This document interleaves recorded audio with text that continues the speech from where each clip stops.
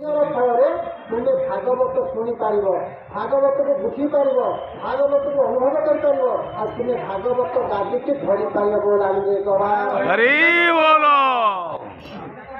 କଳାର ଦେଶ ହେଲା ଆଜ୍ଞା ଓଡ଼ିଶା। କଳା ଅର୍ଥ କାରୁକାର୍ଯ୍ୟ, କଳାର ଦେଶ ହେଲା ଓଡ଼ିଶା। ତେଣୁ ଏଇ କଳା ସାରା ବିଶ୍ୱ ବିଦିତ। ଆମର ଜାଣିଥିବେ ମଧୁସୂଦନ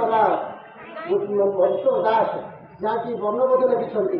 ସେ ଗୋଟିଏ ବାଉଁଶ ନଳା ଭିତରେ 12 ହାତର ଶାଢ଼ୀକୁ, ଆମ ସମ୍ବଲପୁର ଶାଢ଼ୀ ତିଆରି ହେଉଛି, 12 ହାତ ଶାଢ଼ୀକୁ ଇଂଲଣ୍ଡ ପଠାଇ ଦେଇଥିଲେ ମହାରାଣୀ ଭିକ୍ଟୋରିଆ ପାଖକୁ। କହିଲେ ଏତେ କ'ଣ ଅଛି ନା ଖୋଲନ୍ତୁ।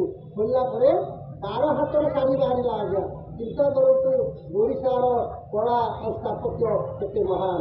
ତେଣୁ ଯେତେ କଳା ସ୍ଥାପତ୍ୟ ମହାନ, ଆମର ଯେ କାଳିଆ ସାନ୍ତ ସିଏ କୋଉଥିରେ ତିଆରି?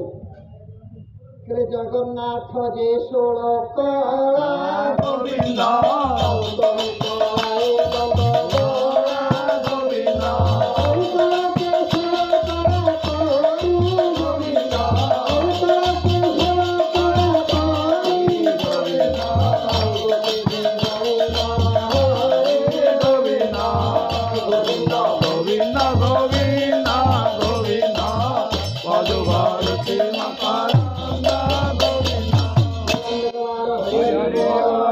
ଗୋଟିଏ କଳାକୁ ନେଇକି 16 କଳା କରିକି ଆମର